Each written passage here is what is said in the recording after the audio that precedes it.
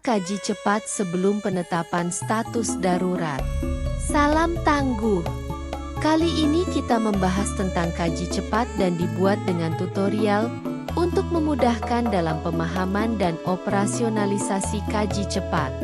Namun sebelumnya dimohon untuk subscribe, komen, dan share untuk pengembangan channel ini ke depannya.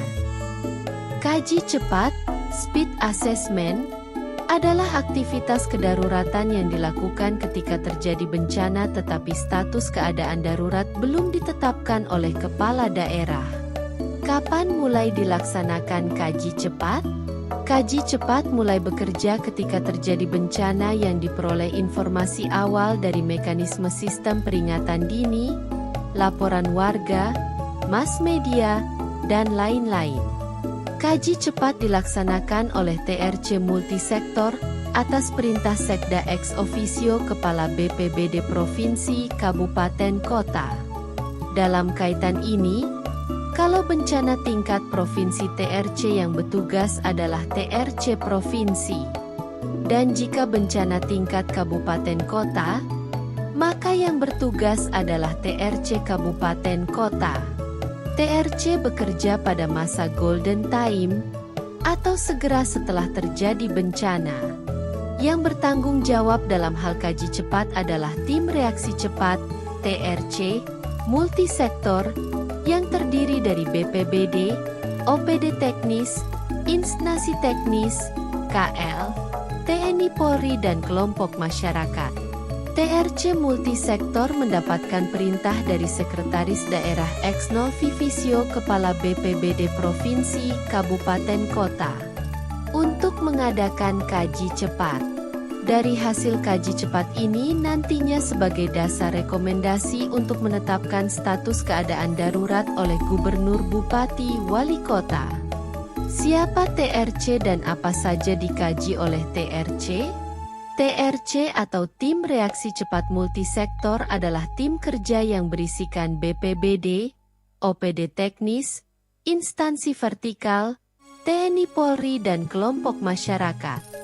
Tim bekerja pada keahlian masing-masing. Misalnya terkait kajian dampak bencana, leading sektornya adalah BMKG. Untuk kajian kerusakan, leading sektornya adalah KPUan. Dan untuk kaji kebutuhan yang menjadi leading sektornya adalah Dinas Sosial. Sedangkan Basarnas, TNI Polri dan OPD lainnya berfungsi dalam pencarian dan pertolongan dan evakuasi korban. Hal ini disebabkan dalam proses kaji cepat ini dimungkinkan juga sudah terdapat korban untuk dievakuasi. Paling tidak terdapat 3 faktor yang dikaji, dinilai TRC. Pertama, kaji cepat dampak bencana.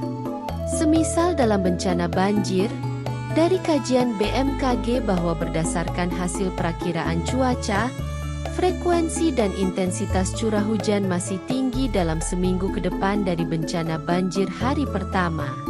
Diperkirakan daerah terpapar banjir terhadap permukiman penduduk semakin meluas dibanding saat ini atau saat TRC bertugas. Dari daerah terpapar ini akan diketahui jumlah penduduk yang harus dievakuasi ke tempat pengungsian, shelter. Dari hasil kaji dampak bencana ini diketahui jumlah penduduk yang harus diungsikan sebanyak 1.000 orang. Data 1.000 orang pengungsi ini nanti dikaji kebutuhan dasar pengungsi dan jumlah personil yang diperlukan untuk penanganannya pada kaji cepat kebutuhan. Tim TRC kemudian memetakan dengan cara komposisi jumlah pengungsi berdasarkan jenis kelamin, kelompok usia, kelompok rentan, batita balita lansia, ibu hamil dan menyusui. Dari komposisi ini akan diketahui nantinya jumlah kebutuhan dasar dalam penanganan darurat bencana. Kedua, kaji cepat kerusakan. TRC melaksanakan kaji cepat atas kerusakan lingkungan, puing-puing, lumpur dan sampah bencana, rumah rusak, jalan rusak, jembatan dan bangunan fasilitas umum, seperti gedung pemerintah, rumah sekolah, klinik, dan bangunan bersifat fisik yang rusak ringan. Dalam kaji kerusakan ini hanya diperuntukkan untuk keperluan perbaikan darurat dan bukan kerusakan sedang dan berat di mana masuk ke dalam aktivitas pasca bencana rehabilitasi dan rekonstruksi. Oleh karena itu dalam kaji kerusakan ini yang dinilai adalah perbaikan darurat, material bangunan, alat berat serta jumlah personal yang menanganinya. Dan nantinya dinilai dalam kaji kebutuhan. Ketiga, kaji cepat kebutuhan. Kaji cepat atas kebutuhan merupakan kunci dari 3 pengkajian. Karena dalam kaji cepat kebutuhan yang dinilai adalah kebutuhan dasar pengungsi, antara lain makan, minum, sandang, sanitasi, air bersih, kesehatan, pendidikan dan jumlah personal yang menangani. Selanjutnya dikaji kebutuhan atas perbaikan darurat antara lain, alat peralatan yang diperlukan dalam perbaikan darurat, material bangunan serta personal yang diperlukan dalam penanganannya. Dari ketiga kajian tersebut, kaji dampak bencana, kaji kerusakan memiliki peran penting adalah kaji kebutuhan.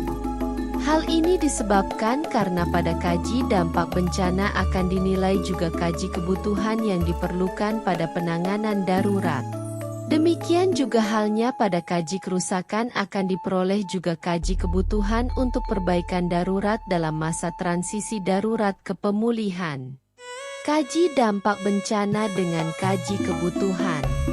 Sekarang dapat lihat di layar hubungan antara kaji dampak bencana dengan kaji kebutuhan. Dengan asumsi korban terdampak sebanyak 1.000 orang, maka untuk kebutuhan dasar terdapat hunian sementara, shelter, kebutuhan gizi, kebutuhan dapur umum, alat kebersihan dan obat-obatan. Selanjutnya terdapat jumlah personil yang diperlukan untuk penanganan pemenuhan kebutuhan dasar korban di tempat hunian sementara atau tempat pengungsian. Terdapat segala sesuatu barang, benda, yang merupakan kebutuhan telah memiliki formulasi tersendiri, misalnya luas tempat tidur, space, beras, air bersih, dan lain-lain disesuaikan dengan kebutuhan setelah komposisi jumlah 1.000 pengungsi telah dipetakan. Pada layar terlihat juga kebutuhan dapur umum, dan kebutuhan yang tertera untuk dapur umum adalah untuk 1 buah dapur umum. Artinya kalau pengungsi yang cukup banyak dalam satu tempat pengungsian, maka dapur umum dikalikan 2 atau dikalikan 3 sesuai kebutuhan dapur umum yang diperlukan.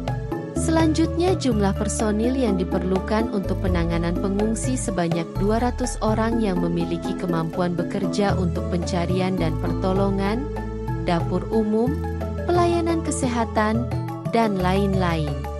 Mengenai jumlah personil yang diturunkan dalam pemenuhan kebutuhan dasar pengungsi ini, sangat kondisional, boleh kurang dari 200 orang dan boleh lebih dari 200 orang tergantung masifnya keadaan bencana. Kaji kerusakan dengan kaji kebutuhan. Pada layar kaji kerusakan dengan kaji kebutuhan dapat dilihat terdapat puing-puing dan lumpur atau sampah bencana lainnya untuk dibersihkan. Terdapat juga bangunan rusak ringan untuk mendapatkan perbaikan darurat. Oleh karena itu diperlukan peralatan yang digunakan untuk pembersihan serta material bangunan yang diperlukan dalam perbaikan darurat. Demikian juga terkait personil yang bekerja untuk pembersihan dan perbaikan darurat sangat kondisional dan disesuaikan dengan kebutuhan lapangan. Setelah TRC bekerja untuk 3 kaji cepat, yaitu kaji dampak bencana, kaji kebutuhan dan kaji kerusakan, selanjutnya TRC memberikan rekomendasi kepada Sekda ex officio kepada BPBD Provinsi Kabupaten Kota, untuk mengadakan musyawarah keputusan akhir apakah ditetapkan atau tidak ditetapkan status darurat bencana. Kalau kepala daerah, gubernur, bupati, wali kota menetapkan status keadaan darurat, pada momen yang sama kepala daerah juga menetapkan komando penanganan darurat bencana, dan secara normatif ditetapkan 1 minggu ke depan dan dapat diperpanjang atau dapat dipersingkat. Setelahnya akan dilaksanakan aktivasi posko yang akan kami tampilkan pada video berikutnya. Demikian tutorial tentang kaji cepat. Semoga bermanfaat. Terima kasih dan salam tangguh. Dasar Hukum UU Nomor 24 Tahun 2007 Pasal 48 Huruf A. Pelaksanaan kaji cepat merupakan bagian dari penyelenggaraan penanggulangan bencana pada saat keadaan darurat bencana. PP Nomor 21 Tahun 2008 Pasal 22 Ayat 1. Pengkajian secara cepat dilakukan untuk menentukan kebutuhan dan tindakan yang tepat dalam penanggulangan bencana pada saat keadaan darurat bencana. Perka BNPB Nomor 9 Tahun 2008 Prosedur Tetap TRC BNPB Penugasan TRC untuk Kaji Cepat. Perka BNPB Nomor 24 Tahun 2010 Penyusunan Renops Darurat Bencana. Hasil pengkajian cepat sebagai bahan info penyusunan Renops. Pedoman penetapan status keadaan darurat bencana BNPB 2016. Hasil pengkajian cepat sebagai bahan informasi penetapan status keadaan darurat bencana. Permendagri 101 Tahun 2018 Standar Teknis Pelayanan Dasar pada Standar Pelayanan Minimal Suburusan Bencana. Dokumen pengkajian cepat. Juklak Kepala BNPB Nomor 3 Tahun 2022 tentang pengkajian cepat pada keadaan darurat bencana. Juklak Kepala BNPB Nomor 4 Tahun 2023 tentang penilaian awal. Juklak Kepala BNPB Nomor 6 Tahun 2023 tentang penilaian perkembangan penanganan darurat bencana. Surat Edaran Menteri Dalam Negeri No. 360809/BAT tanggal 4 April 2022 tentang pembentukan Tim Reaksi Cepat (TRC) tingkat provinsi dan kabupaten kota (TRC multisektor). Surat Edaran Menteri Dalam Negeri No. 317/2133/BAT tanggal 12 April 2023 tentang penerapan pengkajian cepat dalam penanganan keadaan darurat bencana di daerah. Merujuk pada Juklak BNPB Nomor 3 tentang pengkajian cepat pada keadaan darurat bencana.